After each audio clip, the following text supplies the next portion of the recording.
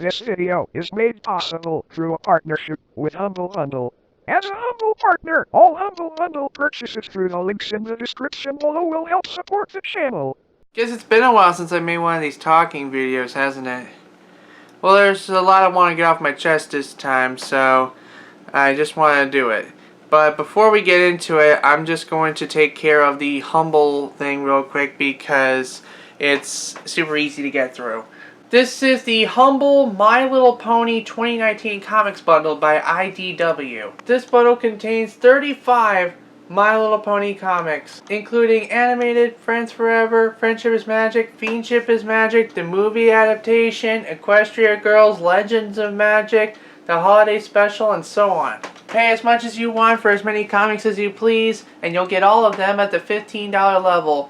Proceeds from this bundle support Hasbro Children's Fund, and the comics are available in PDF, CBZ, and EPUB formats to work on multiple devices. If you are interested in this bundle, please use the affiliate link in the description below in order to get it. And you can choose where the money goes, how much goes to IDW, how much goes to Hasbro's Children's Fund, how much goes to Humble, and how much goes to me. This offer ends August 20th, so get it quickly. Thank you for listening. Now that that's out of the way, let's dive in. In a previous video, I talked about some stuff about Yu-Gi-Oh! Content slowing down, and while I still agree with some of the things in the video, I think I might start bringing it back because the community seems to have cooled down a bit. There is something I want to clarify that is about Yugi Brony. Like, I don't know the guy. I never met the guy, but he does watch my videos now, so I should be very, very careful what I have to say. Everything I said in that video is true to an extent. In fact, the information I have gathered is accurate, but the statements I make in regards to that information is entirely my opinion. Now, I am going to restate my opinions with I think statements. That is to say, they are not to be treated as facts. They are not meant to defame Yugi Brony. And honestly, if I ever meet him in person, I would love to be proven wrong about these statements. So here are my opinions. I think he does not take constructive criticism well. I think he has a tendency to misunderstand what people are saying. I think his idea of attracting an audience, while noble, does seem to bite him in the ass at times. I think he kinda acts like a on occasion. And about his shows, I think A Duel with Yugi Brony is subpar. I think Cartoon Millionaire sucks. I think everything else on the channel is better by comparison. Keep in mind, these are my opinions and my opinions alone, and they should not be taken as fact and should not be used as ammunition to harm or harass him. Some people like him, other people don't. This is just my opinions, and again, I would love to be proven wrong. Like, there's people that say that certain upcoming cartoon will suck, and that doesn't mean they want it to suck. They would love for it to not suck. That's just what they think. In this essence, I think Yugi Brony can be a bit of an ass at times, but I've never met him. So I would love to be proven wrong and get to know him. Now that that little tangent's out of the way, I'm going to talk about something else.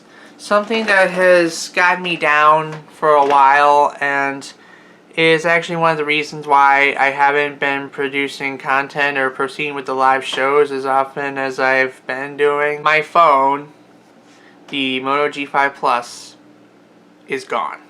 It's probably a sad tale, but some of you probably don't care, but in order to give you a better understanding and also to fill the running time, I'm going to tell you the story of how I lost my phone in 2019.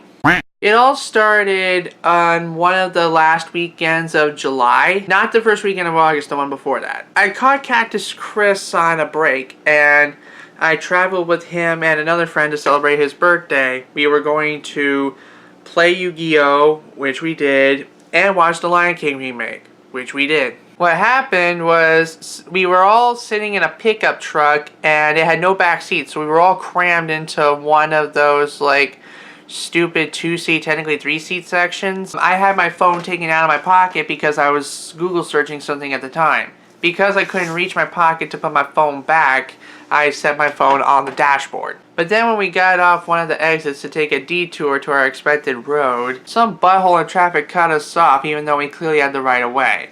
It caused Chris, who was driving the vehicle, to have an abrupt stop, which slammed everybody around and caused my phone to bounce around the inside of the truck. The screen ended up getting cracked, and I'm going to show you some images right now. These are the last pictures I took of the phone before I dropped it off at the repair shop.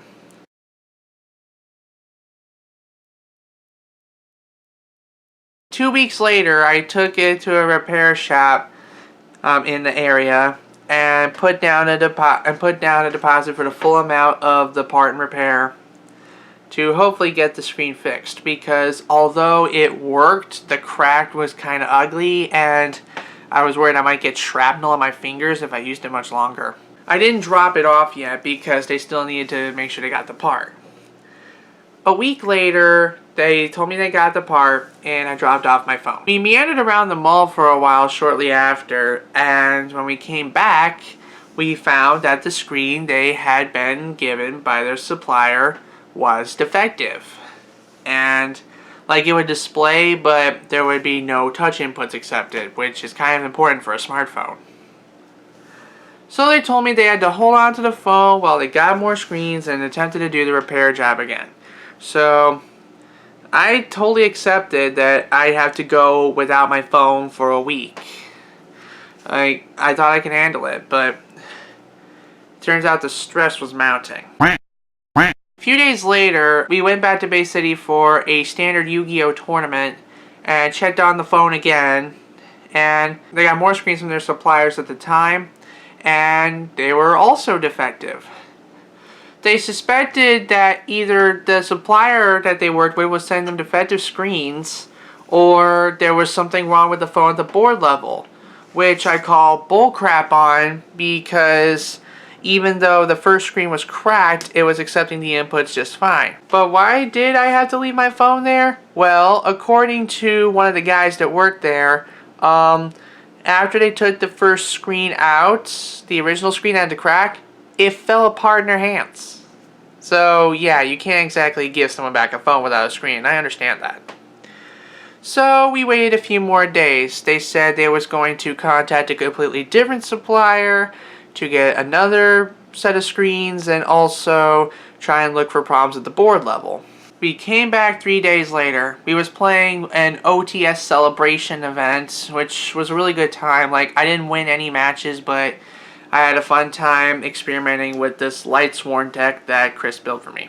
And this was the last time we were willing to go to Bay City, because like, Chris was getting frustrated that he had to keep driving me back to check on the thing, and I was getting frustrated that I had to go without my phone and miss some important things. So we checked on it, and guess what happened? Defective screen! Again! After some back and forth, we were like no closer to figuring out the answers than we were before. So at that point, I just gave up. I told him forget it. I got my money back, and I salvaged my SIM card out of the phone carcass. At the time of filming this video, I am currently looking for a new phone. But even though this new phone will likely be better spec, it will never replace the memories that I share with my phone. I didn't really capture much memories of my phone on YouTube, except for maybe playing some Jackbox games with it, but I'm going to leave you now with some of my favorite clips of one of my videos that use the phone prominently. The Pokemon Go video. And until I work out some stuff with my data plan and continue making regular content, I'd like to ask y'all to bear with me and thank y'all for watching. Big thanks to my Patreon supporters, Patreon supporter Daniel Baker. I'll see you all in the next video, whenever that may be. Peace.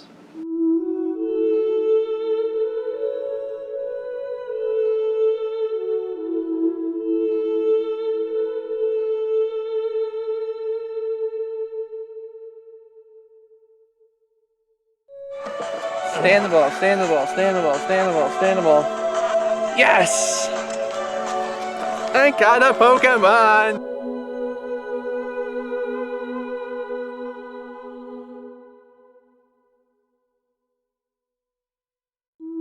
Ding dong! Everybody did! Boom, boom! Everybody did! Boom, boom! Everybody did!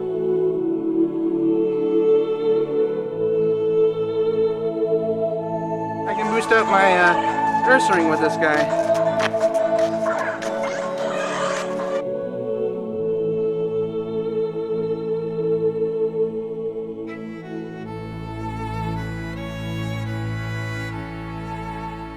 If you have any tips on how to make good Pokemon Go videos, or if you even want me to... Shut up, phone.